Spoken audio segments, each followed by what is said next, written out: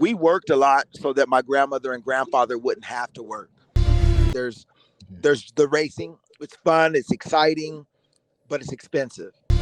If you're the smartest person in the room all the time, then you need to get a different group. When those situations come up, I find myself, even today, being politically correct. It's something that we as a community don't always look at, but there's huge opportunities in motorsports. If you want to have more in life, you have to surround yourself around people that also have that like-mindedness. He being the only African-American Black driver in NASCAR, a lot of pressure. Now, all of a sudden, the car's gotten better. He's helped, bring that positive attitude to where he's running better than George Russell. And they're still messing up his pit stops. They're still messing up.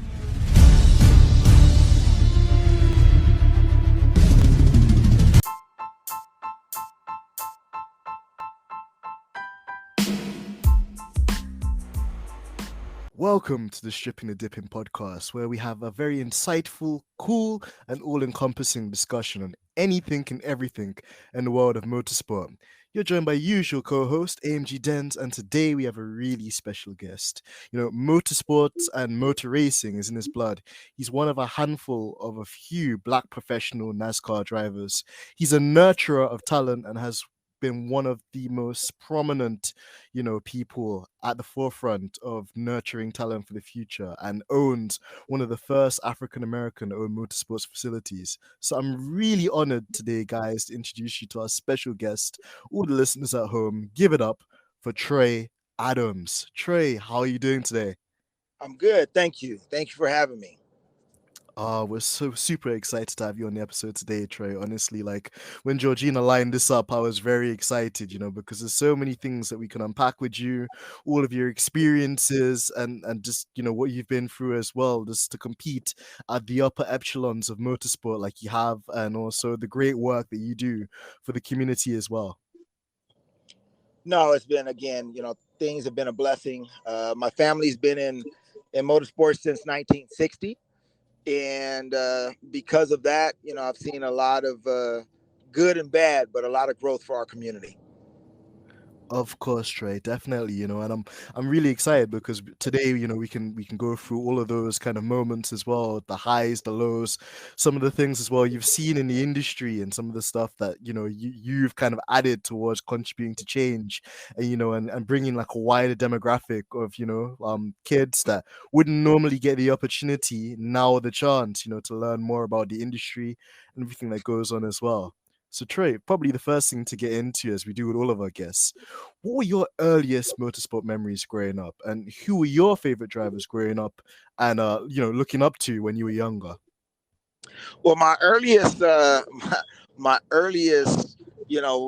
of motorsports was back in the early 70s. And crazy thing is, my family owns Adams Kart Track, Adams Motorsports Park in Riverside, California.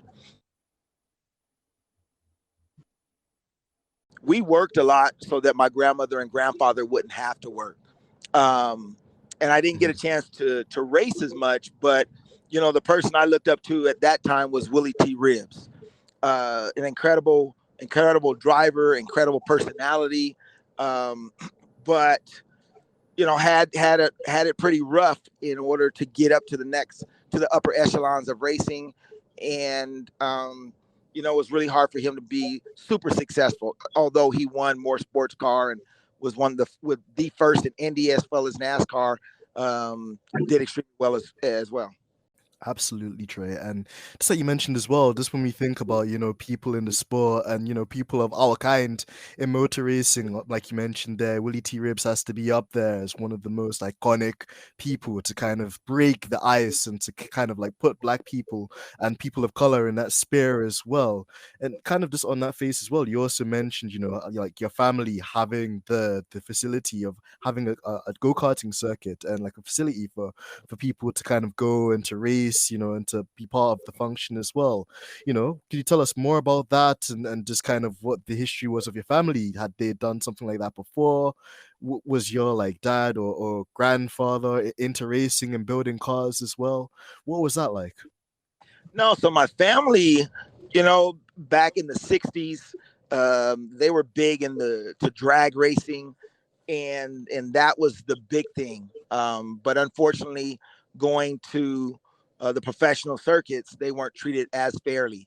And so, how we got into motorsports on the business level was that my grandmother, my uncles and aunts had bought a go-kart for Christmas.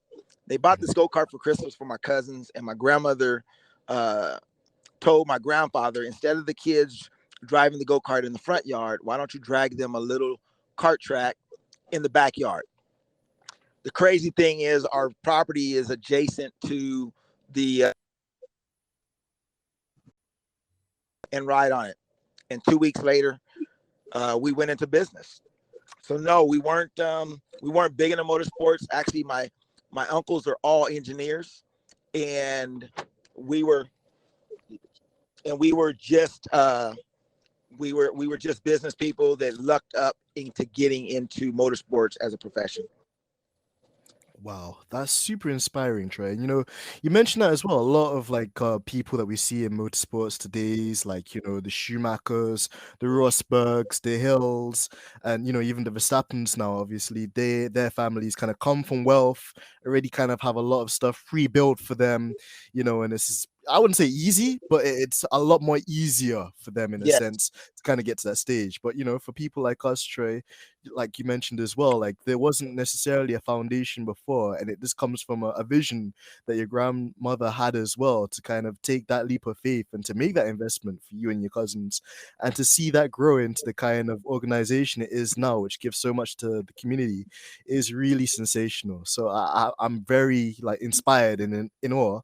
And also kind of to tie it in as well there, Trey, being kind of an ethnic minority and kind of growing up in a state where there's not many people that look like you, especially in the industries that you were aiming to compete in. What were some of the biggest obstacles and challenges you faced in your junior career, and how did you go overcome the financial aspects of some of those as well, to be able to elevate and continue to compete in the series that you aspired to? No, I mean I go back and to ride on what you were discussing in regards to finance, right? I think one of it is first going whatever your passion was. I won't say that I was big into motorsports, but I knew the business side of motorsports. And crazy enough, I've always been a teacher, or I had the love of teaching young people. And so in 1992, I actually was teaching a gentleman's son, and the gentleman kind of listened to the overall, saw me in a car, and said, "Hey, you're too good to be just teaching. You should be racing." But the biggest thing was I didn't have money. Um, but prior to that, because of the learning the business aspect, and that's one thing that I try to talk to our community, but talk to all drivers, is that there's different aspects of racing, right? There's the racing. It's fun, it's exciting, but it's expensive.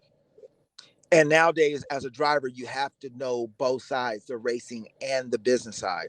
And I was just so lucky that I understood that. I understood the B2B, the business to business opportunities that came with racing, and was able to bring companies together and get a small portion of that in order for me to go racing.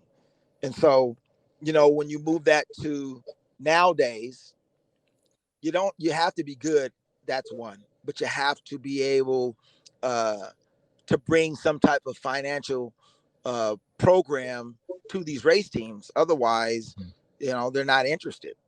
There's very few teams that will bring on a driver that doesn't have money. And so, as a community, that's one thing that we need to look at, and we need the support of our own community as well as others. There's some nonprofit organizations. One is called Benevo that we're working with to do just that, is to help minority and underserved drivers to the next level. But that's the most important. The most important for me was that I focus not just on my driving, but really focus on the business aspect of racing. Back then, it wasn't social media, but whatever I needed to do in order to get my sponsors in front of other business owners to make money, and that funded my program. Absolutely there, Trey. And then one other thing I wanted to kind of touch on as well in relation to your background and kind of the things that put you together calisthetically as a person, when, you have so many different perspectives which are unique to your experience too. You also obtain like a bachelor's degree in marketing. And I wanted to ask you as well, like, how useful did you find that in kind of like, overcoming some of the obstacles to trade in the world of motorsport at the time, and just kind of seeing from the business aspects you mentioned as well how to play the game, and kind of get the best situation out of it, for yourself and the family too. Well, I think education is key, period, right? Whether it's, my business background and business marketing degree. Um, but a lot of it was the simple fact that I wanted to be successful in the industry. I wanted to be a leader and do things that most individuals, whether it was, you know, white, black, Hispanic, it didn't make a difference. I wanted to be the best. And so I just had to figure out how to make that happen at that time. Uh, and so, yes, the business, I tell everybody, my son, school grades are very, very important. He actually is in dual immersion, so he speaks Spanish and English at his school, which is very important, a second language. But more important than anything is working on your craft and understanding what it takes to be successful on all ends, and then doing what it takes to be successful. The right mentors, the right coaches, the right team, and then most importantly, to figure out that financial aspect. Absolutely, absolutely. And I agree with you as well, Trey. A lot of the things you're saying to me are the same things my parents were saying to me. And, for our listeners as well, education definitely is key, and it can open up so many doors for people. I think when you go to school, there's this thing of fitting in with the kids, trying to be the cool kids. Sometimes, we get caught up with maybe the wrong crowd of people, and, they distract us from our purpose in life, or, like take us from the path that we're supposed to be on. But what I would definitely say as well to a lot of the younger listeners, and I'm so grateful that you're here as well, Trey, because you could attest to this as well, is that, when you put your best foot forward and you try to like learn your skills, and kind of school as well, is not just about like academic performance, but also discipline to kind of like research, to study, to dedicate yourself to, become better, and to kind of like craft your skills at such an early kind of stage as well is so key. And what things my parents always say to me is like, education is knowledge, knowledge is wisdom, and wisdom is power. And when you have that empowerment, it opens up so many different doors that, maybe wouldn't have been possible before. No, for sure. And I think a lot of it is your surrounding, right? If you want Mhm. to have more in life, you have to surround yourself around people that also have that like mindedness. If you look at the Formula One, you look at Albon and Verstappen, and if you do the history and you look back, a lot of those drivers, whether it's Lewis Hamilton's era or Verstappen's now, all of those drivers came up through the karting ranks together. Mhm. And so iron sharpen iron, right? Whether you're talking about motorsports or your business or just in life, you have to surround yourself around like-minded people and people that want to grow. And I've always looked at, if you're the smartest person in the room all the time, then you need to get a different group, Mhm. because you're not growing if you're always the smartest person. You're not growing if you're always the best person. There's no challenge in that. And so our goal is to, even here at the facility we have in our training program, is to create an environment that all of our drivers are working together to get better, but that we are always putting different challenges in front of them, socially, economically, work wise, so that they're continually growing and continuing to push themselves and going through those challenges of life, so that we can be better, we can be elite. That's so true, Trey. And like you mentioned as well, those life skills that we even learn and adapt from a young age, going to school and stuff like that, is super pivotal to, being able to kind of deal with life and the challenges that it throws, of course. And like you mentioned as well, like just surrounding yourself with the right people that have the right intentions, but also can put you onto things and teach you and elevate you to the next level as well, is also very key as well. So I definitely agree. Now, another thing as well, Trey, that we'd be remiss about if we didn't speak about it too was, your career and your time kind of driving in the NASCAR series as well, at such a high level. And what I wanted to ask you, and what our listeners would love to learn about more, is just, how did you find that experience? And what did NASCAR mean to you as a series, given its sudden history, which, can throw up quite a lot of questionable kind of things? And also, how did you find the adaptation period from like previously driving in other spec series into one of the greatest series and most competitive ones there are today? No, I mean, I was blessed. Adaptation, I adapted well in the lower levels. But what people don't understand, well, let me go back. In the 2000s when I ran the tour, it was changing. There weren't a lot of minorities. In fact, prior to that, me going to North Carolina and a lot of the states in the South, it wasn't that welcoming. Um, but at the same time, it was something that I wanted to do. I was blessed my last, couple years. I was brought on by a black team owner, Clarence Broussard, and help him grow his program and get involved. But we weren't really that successful. And one of the reasons why is because we didn't put together the right team. And so what I've learned through that failure was that team is everything in motorsports. You can be the best driver, you can be the best engineer, you can be the best mechanic, but without all those components, you're simply average, or sometimes even less than average. And so, what I took out of my career in NASCAR, which was awesome. I got a chance to travel the countries, race against some of the best guys who are still racing today. But what I took out of I don't want to say my failure, but it wasn't that I did not get to the highest level, is that team and your program in NASCAR especially is so important. In order to make that car go left, you've got to have an extremely good crew, and understanding of what the process is to take it and make it go left. Back then, especially because there were no road courses, or not that many road courses, and now we're running dirt and everything else. I was able to take some of those losses and share those with our drivers now. Right now, we have four: Haley Deegan, Sheldon Creed, Noah Gregson, Riley Herbst. Few of those that are in Xfinity and in trucks currently. We talked about that as they were growing older. Is that you have to adapt like life. You got to make sure you're on the right program, and then make sure that your team is 100% behind you, and you got to figure out how to support them and highlight their strengths and figure out their weaknesses to make those into strengths for you. And so that's, my NASCAR career was great, but that's the reason why I probably am one of the best coaches to me, um, in the country, if not the world, because some of those failures and how I'm able to relate to kids and be able to bring the excellence out of them as well as push them hard is why we've been successful, why our program is growing, and why we have so many young drivers that are in rally, world rally, NASCAR, IRL, um, off road, you name it. Right now, we're in it.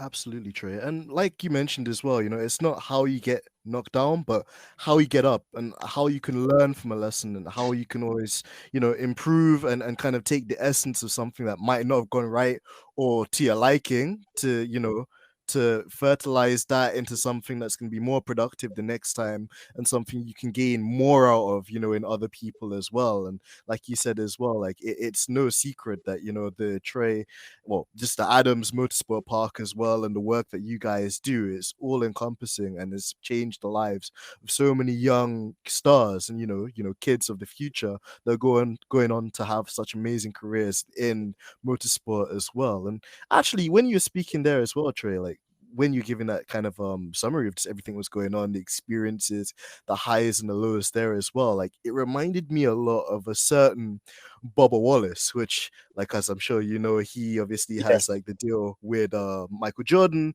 Uh-huh. And I just wanted to ask from your perspective too, just like what's your kind of impressions of him being as just a driver and some of the kind of challenges he's come across? Would you say some of the experiences are more or less the same, even though you guys are technically two drivers from like slightly different generations? And Slightly also from the business aspect too, like when you have like somebody like a really successful business owner like Michael Jordan Yeah. putting money into the team and investing, how much pressure does that put you under as a driver to deliver?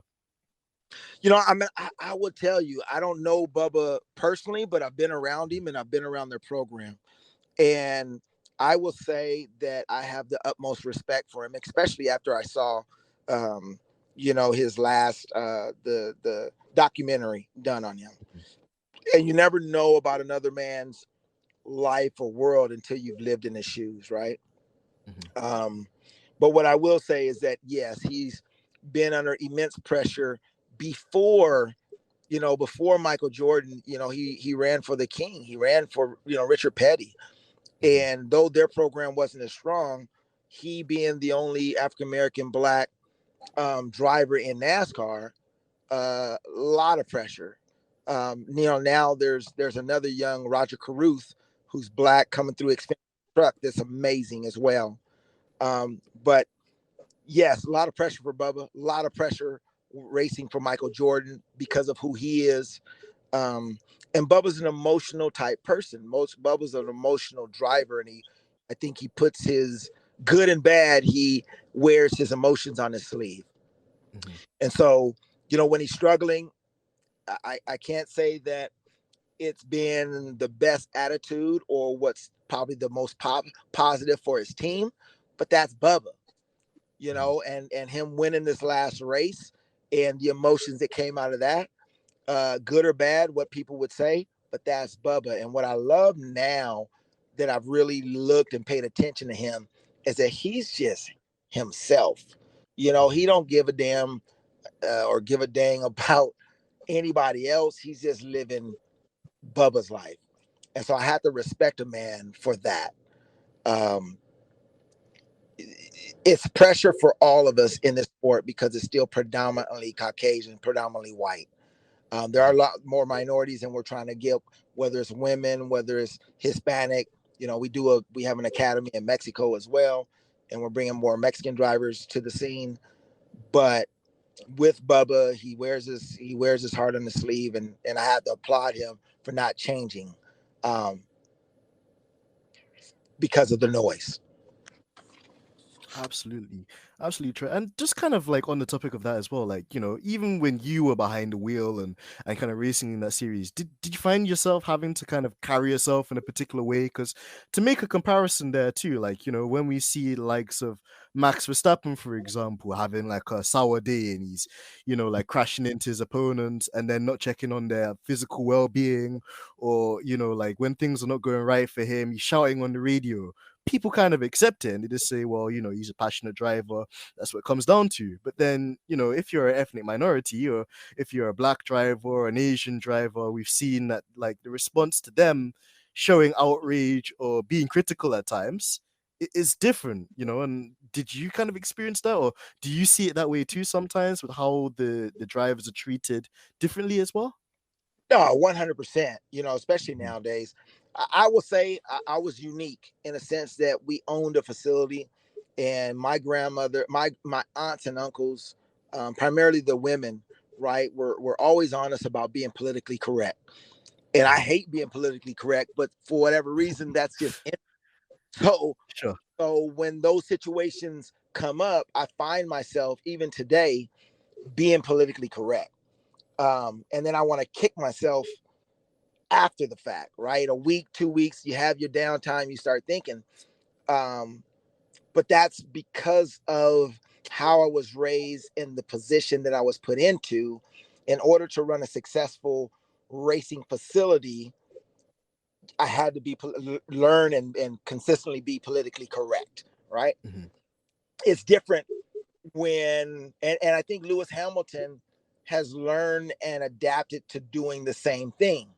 When there's negative things happen, It's always about unity and love and peace, and we can do it together as team, because he understood what it took to be great. Mhm. He understood what it took to be not just great, to be elite, to be one that others marvel to be, right? And they can try to take it away from him, but because he's so good at being kind of his own person and being in that state of mind, they can't. And so, it is definitely, we are treated different. It is definitely harder uh, for us, I think, to adapt. Is it fair? No, but this is the world we still live in. And so I tell my drivers, whether it's uh, my own, race and or women, at the end of the day, you got to do what it takes to be elite. I don't want to be average. I want to be elite. I want to be the only one or the best one. And so if that means today that I need to smile, or today I need to say the right thing, but in the back of my mind, I'm going to get you back later, then that's what I'm going to do. I'm not going to let it slide. I'm not going to let it go, but I'm also not going to jeopardize my program or the growth of my program because of something that's happened. And so that's the hardest part in our community in racing, is to be able to operate and function at a high level sometimes when you really just want to say things or do things that would kind of upset the apple cart, right? Mhm. If you taking me out of racing, I'm not no punk. All right, I'm not the type of dude that is just gonna take it. Mhm. But when it comes to racing, when it comes to that community, I got to figure out how I can become elite, and they're not ready for that. They're not ready for that side of Troy. So I always bring the politically correct Troy. Well, Trey, I agree with you, and I feel like I can relate a lot in that too, just with my upbringing as well, because my parents were always bringing me up with this kind of thing of being diplomatic, and although Yeah, there's going to be a lot of yeah, things which, people are going to say to you or like, do to you to wind you up, because of how you are in this world, how people perceive you in this world, how people are going to treat you in this world, you have to carry yourself in a way that's excellent. You have to carry yourself in a way that's exceptional. You have to work 10 times harder than your counterparts, because obviously for you the disadvantage is the way you are, where you come from, and that you don't fit in or look like them, or you're right, not one of them ultimately. So I right, completely agree. And I think in a way as well, although it shouldn't be that way, and although I feel like it should be fairer, and that we shouldn't give up on, like, pushing the kind of envelopes that need to be pushed to give people more fairer and equal opportunities, at the same time as well, growing now up with the agree. hustle, and growing up with that kind of like fire to be better than everyone else, it's character building, and it gives you like an emotional, not an emotional, but almost like a thicker skin and like a strength to kind of deal with things and moments of adversity that would crush most normal people. Right. And again, I agree totally, but I tell my son all the time, life's not fair. Mm. He already know. He comes to me and we talk about, truly said, "Hey dad, this happened, that happened." Man, why are we complaining about it? Life's not fair. So let's figure it out. How do we win in this situation? And let's go win, whether it's in racing or in life, right? Because unfortunately, we got to deal with the cards that we were dealt. And unfortunately, in our game and this generation still, life is not fair. And so, yes, we would love to help move society forward, but I'm going to say to our listeners that life's not fair. So Mm. don't expect it to be fair. Don't cry about it. Just figure out how you win. How do you win in this area, this game that you're in right now? That's true, Trey. And kind of to caveat that point as well, when you are on the top of the mountain and when you do win, like I remember Lewis was always saying as well that his dad Anthony would say, don't say anything, just do your talking on the track. Yeah, Let your achievements and let your success, be exemplary of what you've done, the effort you've made, the commitment, the sacrifices you made. Because ultimately, at the end of the day, when you're at the top step, whether it's top step of the podium, top step of business, top step of whatever profession that you aspire to do well in, the results always speak louder than the words. no, for sure. And you look at Lewis's, this year. how bad the season was, how bad the car was. But at no time that have I seen in the social media or anyone else that he is, down the team, that he's badmouthed the team, that he's talked about the team. And now all of a sudden, and George Russell was beating him all the time. Now all of a sudden, the car's gotten better. He's helped, bring that positive attitude to where he's running better than George Russell. And they're still messing up his pit stops. They're still messing up his program, but he's found ways to get the car back up in front.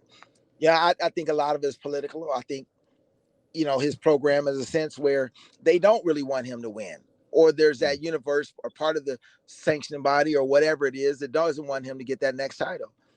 But the bottom line is he's a great example of what a true leader, a true champion is. He showed our kids that, under the most negative program, most negative race that could ever happen, that he was still a true champion, and I a lot of times I show my drivers, I show my son that no matter what we do in life, I would definitely look at what Lewis has been able to do and keep that positive mindset and be able to turn his program around. That to me is what it's all about. Absolutely, there, Trey. And I couldn't agree with you more. It's so true, just how, in a way, he's like, it's almost as if he's not just racing for, like, trophies or titles or the statistics, but also he's building a legacy, for the next, I wouldn't say next Lewis Hamilton, because it's very hard to emulate something like that, but just the next exceptional, black driver, female driver, the next, Mexican driver, the next Chinese driver, just whatever it may be. He's opened the door now, which, wasn't something that was being looked at even 5, 6, 7 years ago. To see the landscape and to see the work that's being done is sensational. But, there's so many steps that still need to kind of go forward. And my biggest fear as well, Trey, I want to ask you this as well, is when he leaves, do you think the kind of foundations that he sets are going to be honored, or is it still a thing where we're just going to have to continue to kind of like push, and make our voices heard in relation to that? No, I think when Lewis leaves, what my prayers would be is that he would still stay involved. He would get, he owns an off-road program with electric, but my hope would be that he would stay involved with one of the manufacturers wherever he decides to go, that he would, go to mentor one of the drivers or a few of the drivers, but that he would continue to push behind the scenes in his own way to help drivers. I think sometimes when we're the focal point, it's really tough for us to do the things that we really want to do because we have to be so politically correct. Once he steps down, he can be Lewis, and that is going to be very interesting to see. Does he change? And he can have conversations that I don't think he can really have openly now, because he's the world champion, because he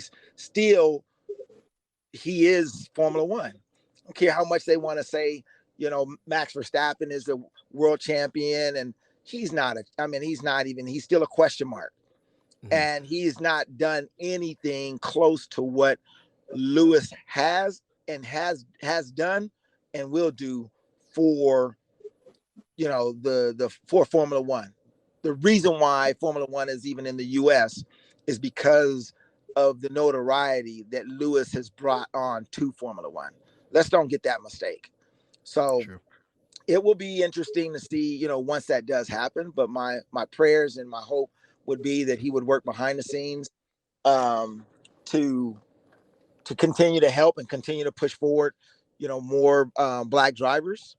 There are a few that are coming up, but not just in Formula One. That I would hope that actually he would take on a bigger position to do globally, because I think he has that strong enough brand and that name to do that.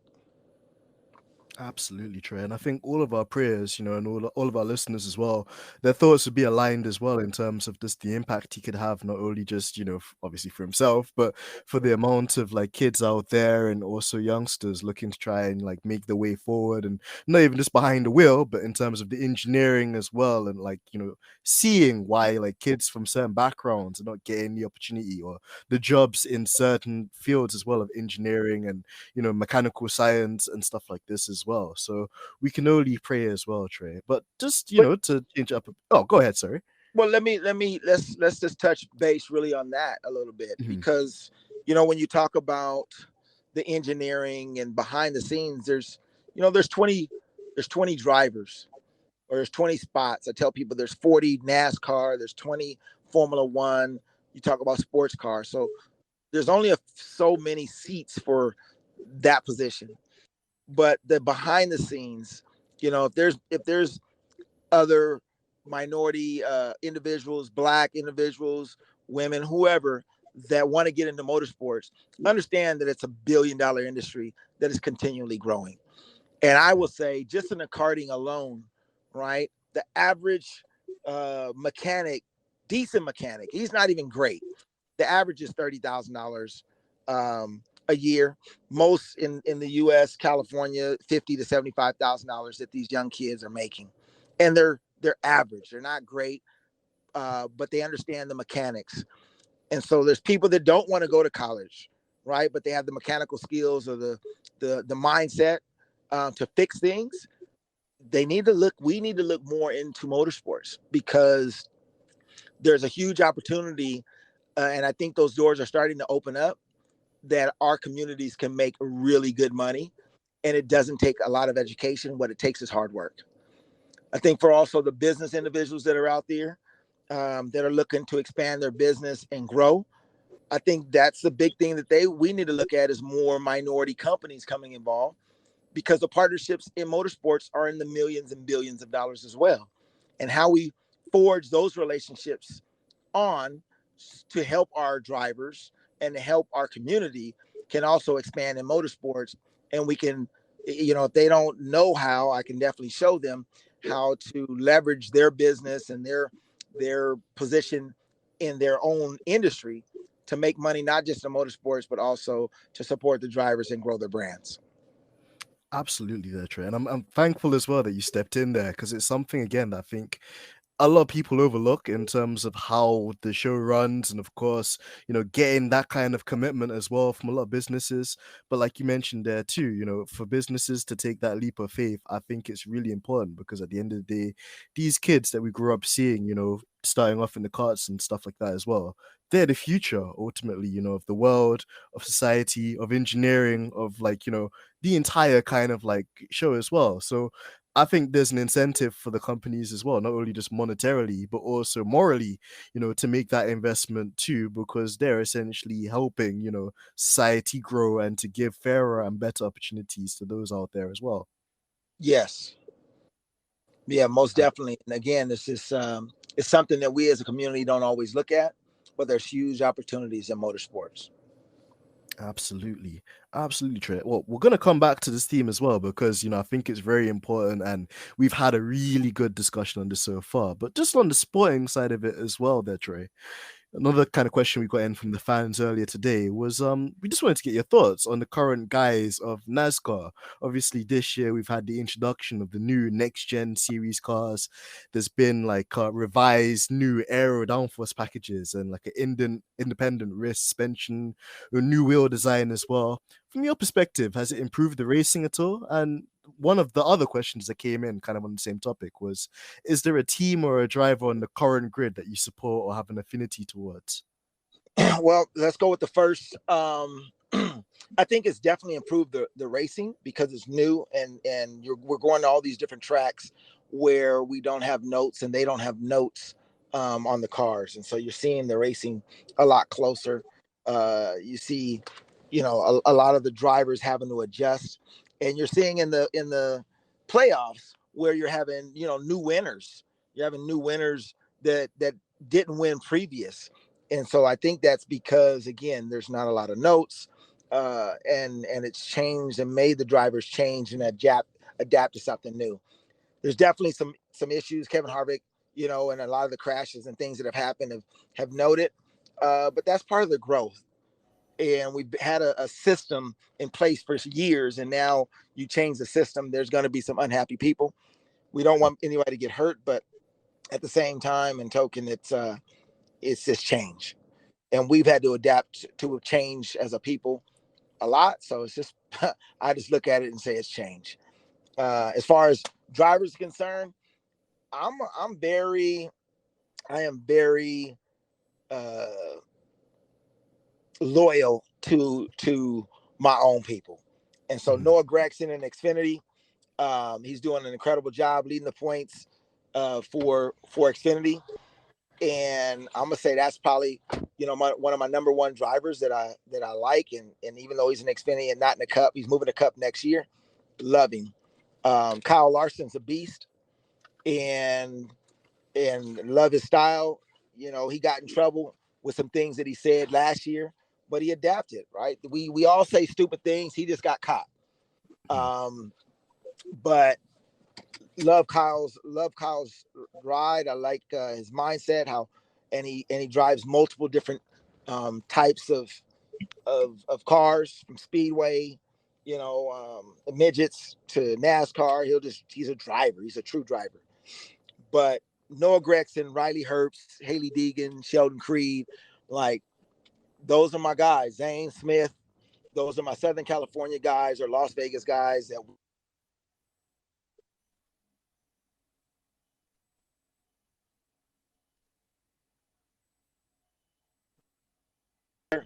we lose together. That's how I am. That's the best way to be, Trey. And honestly, I think it's so important as well to have that sense of community, and also to have that kind of like, that kind of strength in numbers. Because as you mentioned as well, like if it was just one of us, our voice wouldn't be heard. But if we all come together and we all kind of campaign for the right things, and kind of like do it in harmony as well, then they can't ignore us. And then, you've mentioned there at least like 5, 6 drivers, which obviously at the moment currently doing amazing stuff in NASCAR, or pretty much on the ascendancy too. And it's just refreshing and really like inspiring to hear, because even for somebody like me based in London, in obviously the UK, in Europe, it gives me something to look forward to. And also fans that maybe wouldn't have considered NASCAR before, now actually to check it out and to give it a try, and to kind of get that authentic experience as well. Well, I'm gonna give you the one person I keep. I'm remiss, and I apologize because he's a new individual with our program, Jesse Ouija. He's in the Xfinity. He's also partnered with Emmett Smith for the Xfinity program, that I would think our community definitely needs to get behind and support. And then the young Roger Caruth, who's coming up through the NASCAR ranks. The kid's amazing. Um, got an incredible sponsor that's riding with him right now, and I look for a lot of exciting things that's getting ready to happen out of both of those teams. Actually, Jesse Ouija, and definitely the driver of Roger Caruth. Well, I'll definitely be following them after this episode, Trey. So they've gained an extra follower in me, and also probably hundreds of followers, from this stream as well. This episode is gonna go out because we're always looking forward, to the next stars, and it's always nice as well when it's your own too. And on the topic of community and kind of coming together as well, Trey, I'm sure you probably saw this on the internet too. There was let's say an army of IndyCar drivers that were probably not the happiest in the world when another young Californian driver in the name of Colton Herta had his dreams and prospects of getting granted a FIA super license taken away when the FIA basically said that they weren't going to revise their rules to allow him to convert from IndyCar into F1. The question to you, Trey, is like, do you think well, how can I put the question? How hard could it be for a driver in a series like NASCAR, IndyCar to kind of convert and to make that step into F1, considering like how biased I guess the Europeans are when it comes to heralding F1 above the other kind of series? And also, like, from your perspective as well, do you think that the FIA should take a look at themselves and revise their super license strategy to avoid alienating future stars that deserve the opportunity to compete at the top? Well, I think that's just a good old boy mentality, right? It's a, Mm, we sometimes look at race as black and white, but mhm, there's also now U.S. and European. And so to me, that's just a good old boy way of not allowing an Americans to go into, into the F1 um, series without going through their rules and doing their steps, their guidelines. mhm, Um, Colton Herta's one of ours as well. His dad raced at our facility. I worked with him a lot in his braking back in karting days, and we're still close. But the bottom line is the young man can drive. He's seen that he's professional at a high level in the IndyCar. Scott Speed and and Mario Andretti, all those guys have gone well, from any of the Formula One, Scott Speed, Formula One, and NASCAR, the aero. So it's a race car driver is a race car driver. Yes, is there going to need to be some things to adapt, but if he can pass all the tests it takes and it has the skill sets to do it, then they should have allowed it. But that was just, that to me is just some BS um, that they pulled together in order for them to keep uh, their community, and we've seen that as a race for years, and now it's just not a black and white thing. It was more of a country thing. mhm.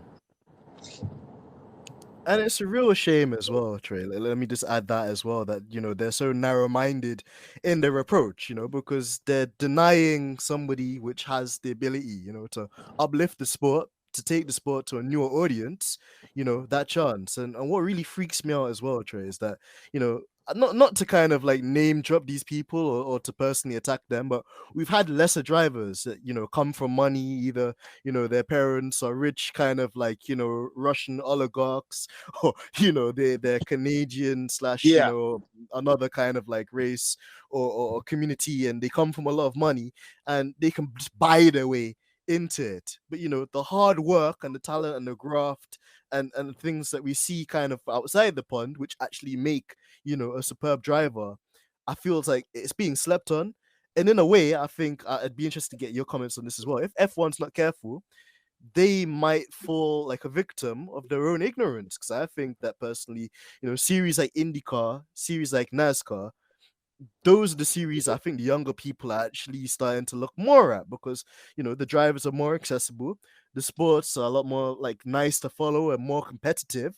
You're seeing the best of the best actually go head to head with each other, and actually it's more fun, because rather than artificially trying to like rob Lewis Hamilton or do things to kind of take away from the teams that work hard, what you're seeing on track is just the best drivers around the country, around the world in IndyCar and NASCAR going toe to toe, and you're seeing different results week in, week out. And it's without the interference of like the sporting bodies to get those results, which just goes to show you it's a testament to those drivers' skill sets and just how amazing and competitive those series are as well.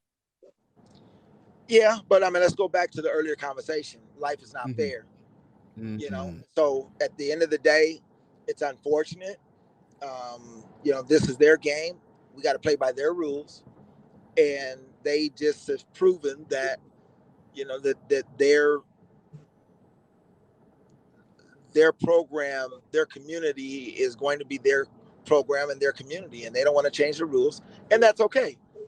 It goes back. Life is not fair. The why it's up in arms and why everybody's excited is because it's happening to one of their own.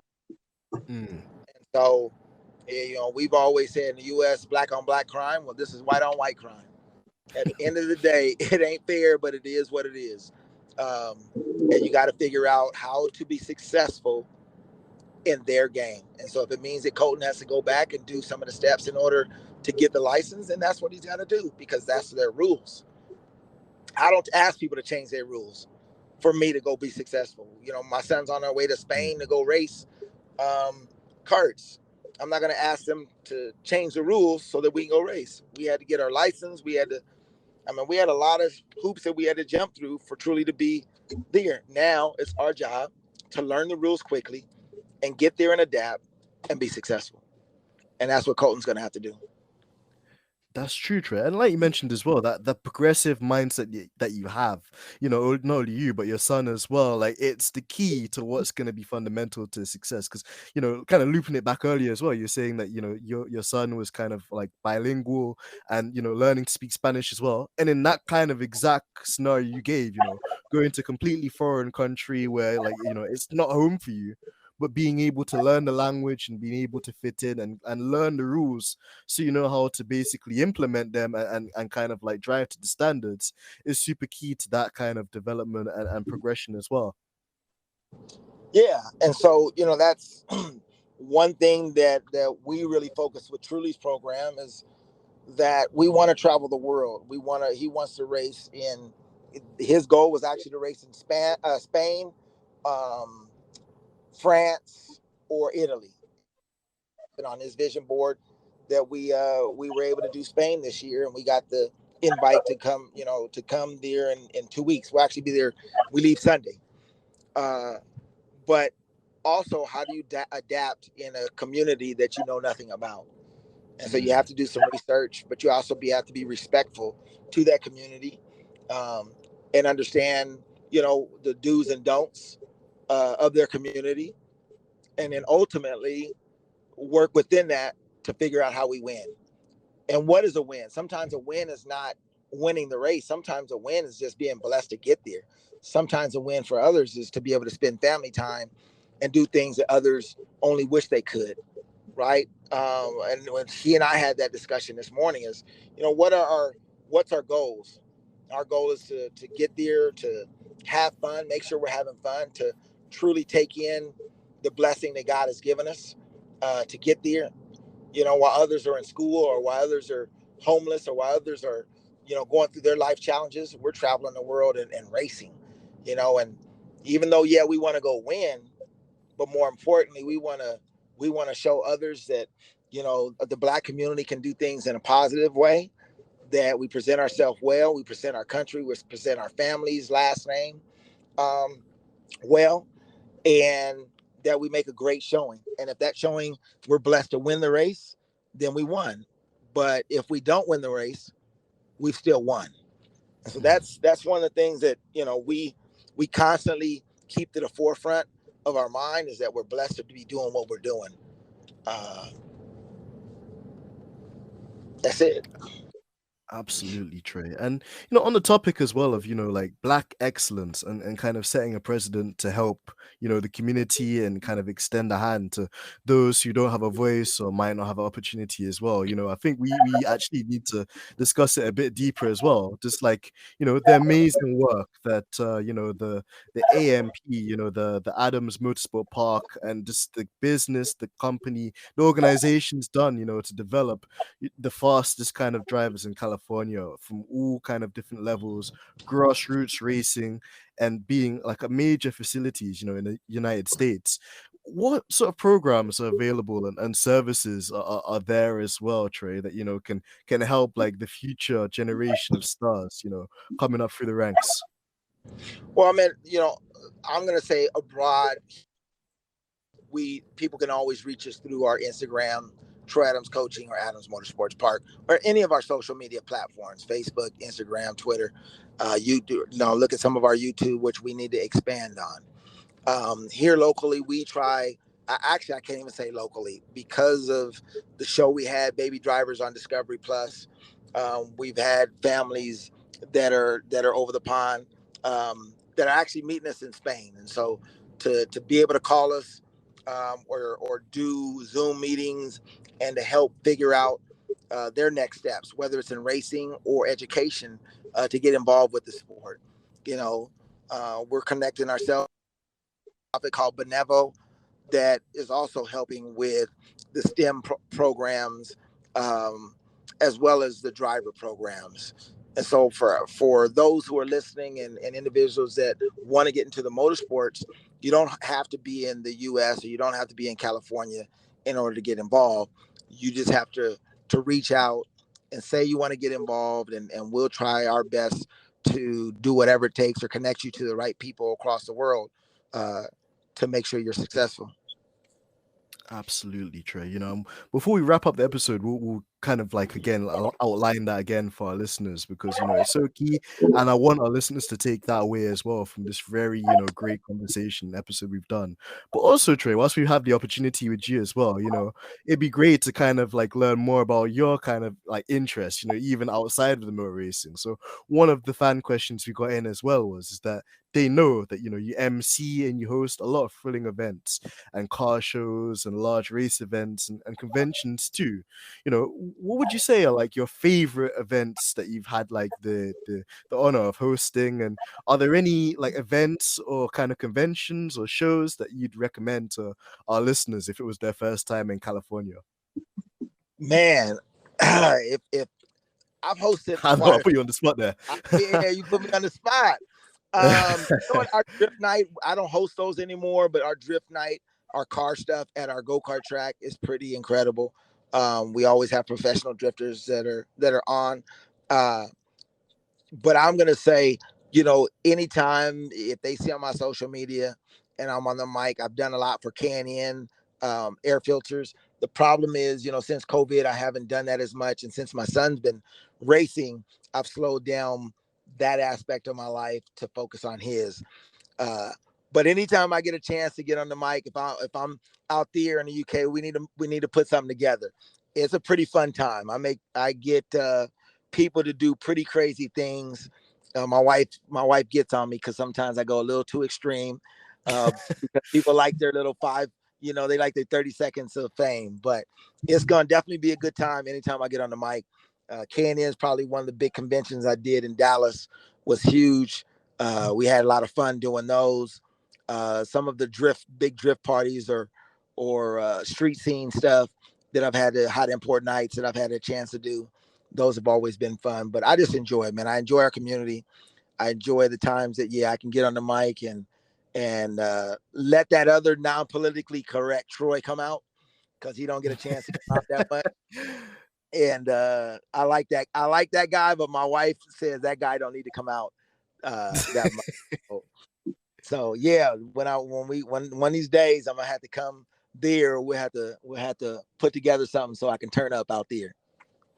Trey, you'd be more than welcome, and I think we'd enjoy it and we'd love something like that in the UK as well. Because we have our car shows and stuff like that, but to me, they're just not even on the level that they are in the States and in California. And I think you guys really set the standards for those experiences, and just like being there to kind of take it all up and just to kind of be part of such an awesome community like that as well. So it'd be sensational, and I really look forward to that day as well. We'll definitely be staying in touch. And also on a side note too, definitely we want to see the more like less politically correct version of Troy Adams as well, because there's definitely a space for that. And by all means, I think at times as well we need to be honest. And what I am afraid of sometimes is that we live in a generation where we can't be individuals, and things like these days everybody gets like offended or kind of like like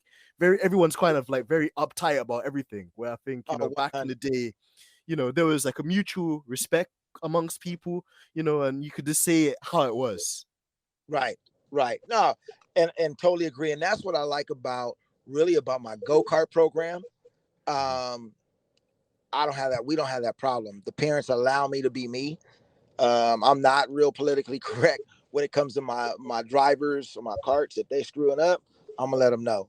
It's an in-your-face type of program, and that's why we're successful. And I think that's the problem with many of the communities now, right? Everybody's uptight about every little thing, and everything. And again, unfortunately, but we want everything fair, and life ain't fair.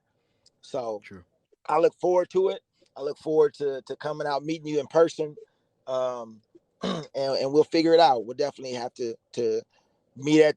Again, we're going to be in Spain. Those individuals will be out in Spain and Valencia. I have my wife just Spain starting from Sunday to next Monday in a T4 racing series. So you guys can look that up. And if anybody's out, please come out, see us.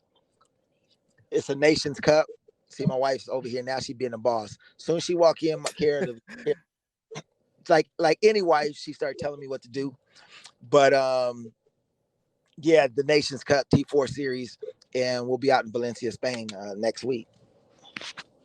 Well, Trey, we're gonna be here rooting for you and your son, and just the entire brand as well, because what you're doing is amazing. And kind of, we're gonna wrap up this episode soon, but the last kind of two questions we had in the pipeline as well is just, Trey, your expertise and your passion has allowed you to develop many of the upcoming races, throughout the motorsport industry. For you, what's the most rewarding aspect of the role, in aiding these stars realize their potential?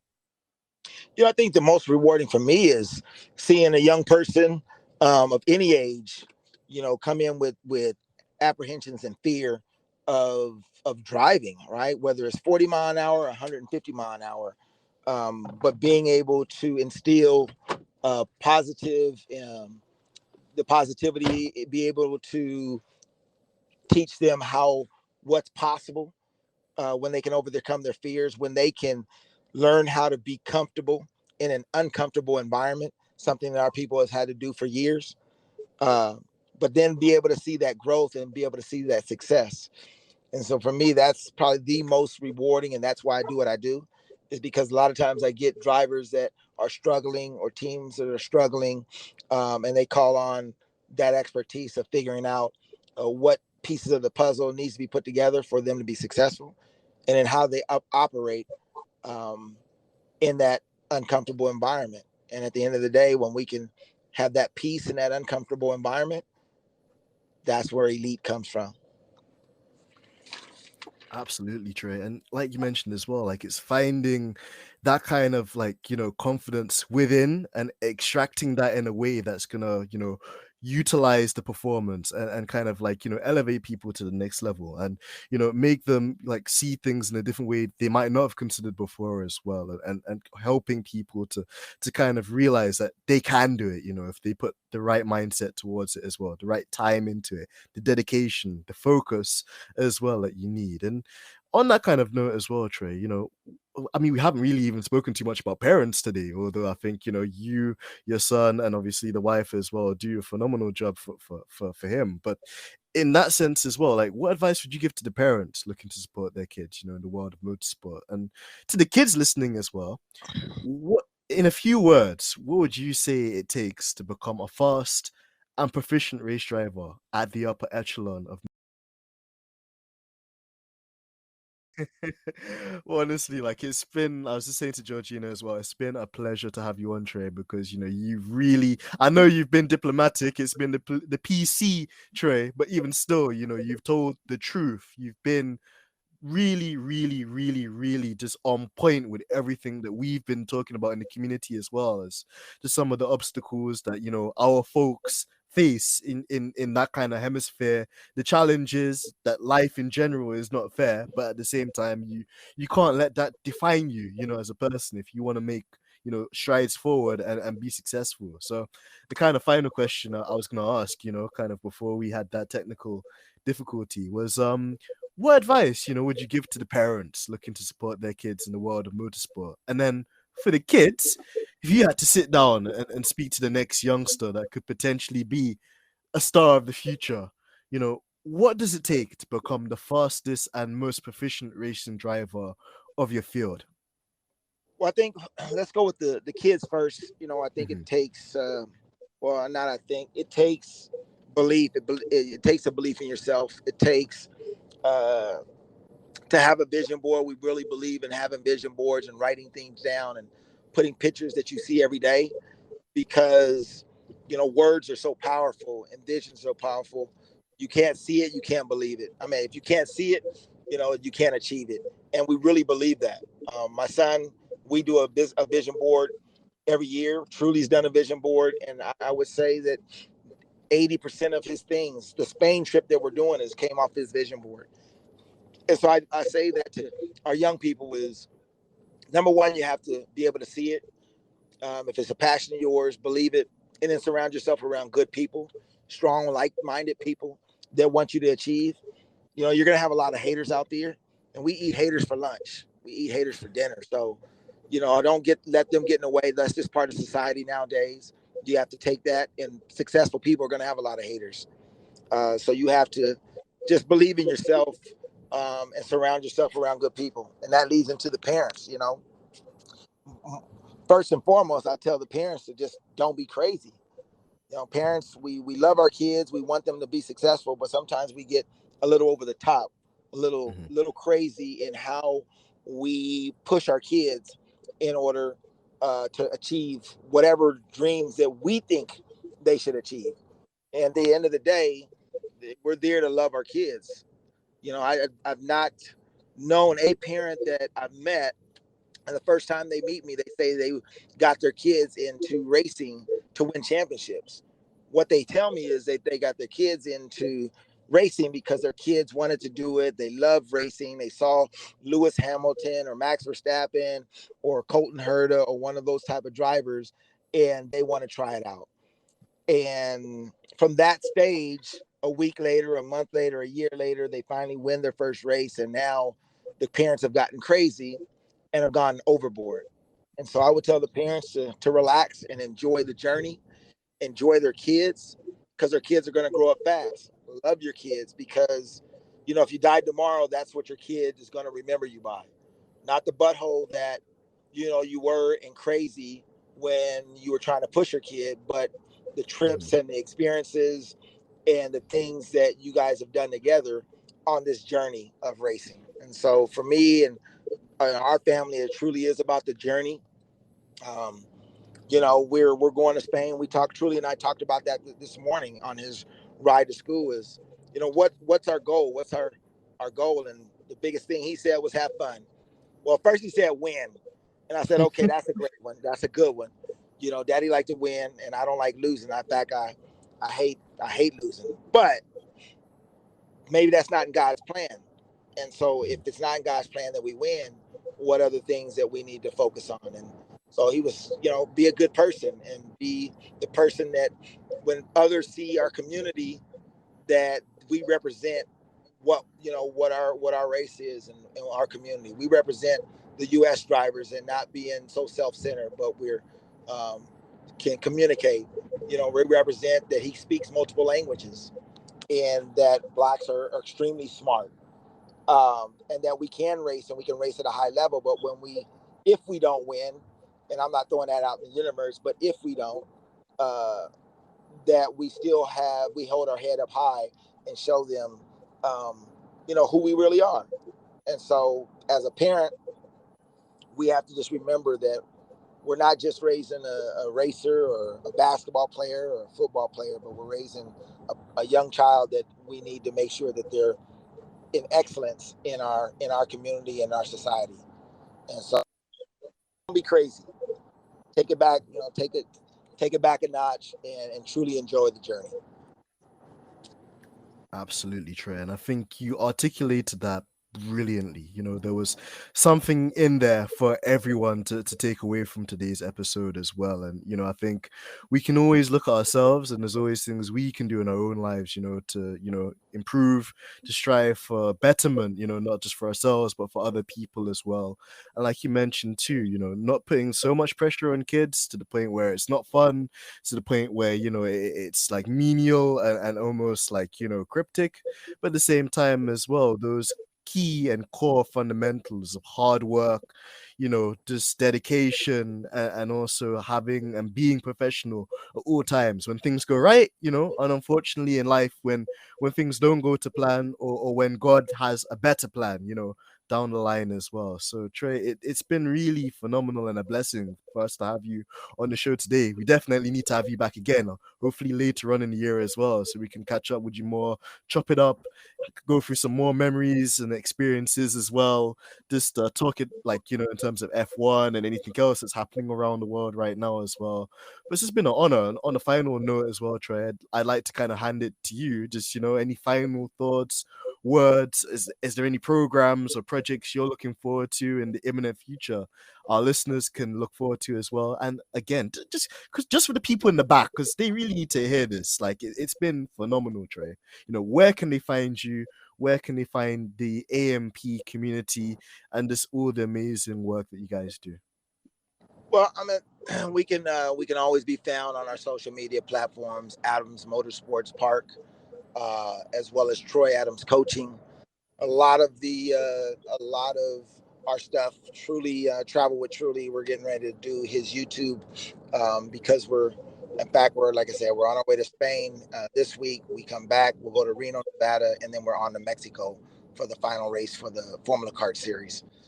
So check us out on our social medias, and you definitely can get more information if you need information regarding racing, karting, motorsports. Feel free to send us a DM, and we'll make sure we answer you and get you that information, or try to put you in contact with someone in your area, no matter where it is in the world. We really have a lot of relationships. And then no, just thank you guys for allowing me to be a part of the cast, be a part of your world. Definitely enjoyed it, and I look forward to us communicating here in the near future. Oh, absolutely, Trey. It's been phenomenal, and I'm so thankful to you as well. Truly as well. That's my guy from now on too. I'll be supporting him and looking out to those YouTube vlogs as well. So, I can support him and just kind of like, see like life through his perspective as well. Because, what he's doing is like a dream for most of us, doing this podcast thing. So I'm super excited for him as well. And I know that, he's in great hands with you and mom as well, and just the entire AMP community as well. That's amazing. And this as well, Trey, big shout out to yourself as well. So you're a legend, you're an icon to us as well. It means so much to have your time. I can't wait until you're in London as well. I'll be looking forward to that some point soon. And at some state as well, I have to head over to California and catch up with you guys as well. But we'll definitely be, tracking Truly's progress as well, and just, the business and organization as well. We're looking forward to that. And we can't wait to have you on in the near future as well. It's been amazing, this podcast, and I'm very, very thankful for your time. No, definitely. I'm gonna look at. We're gonna make it a date. I'm gonna look at the calendar for next year. I have a kid, Colin Queen, that's in the UK right now racing, and I also do some things with WRX. So if the wifey lets me get away from the karting scene and go back do some stuff with the World Rally, then I'll be there even more. So I look forward to it. Again, thank you guys, and we will talk soon. Oh, absolutely, Trey. Well, thank you as well. And as always, Georgina will put the links in the description as well, guys. So make sure when this episode comes out, you show support as well to our guest, Trey Adams. He's been amazing, as I've said before. The links as well to the website are going to be there as well. But just in case you missed it, just in case, we need to shout for the guys at the back as well. That's Trey Adams Coaching on Instagram, and also on the website as well, www.treyadamscoaching.com as well. Make sure you check out the Adam Motorsport Park community as well, and all the special events they do, and also services they have on offer to nurture the next future stars, because that's what we align ourselves with these days. And yeah, from us at Stripping the Dipping, it's been a great episode. There's more to come, so make sure that you stay tuned, you like, subscribe, share with a friend of a friend. And until next time, guys, it's been your boy AMG Denz, aka Denzel Clarkson. And until next time, take it easy. Peace.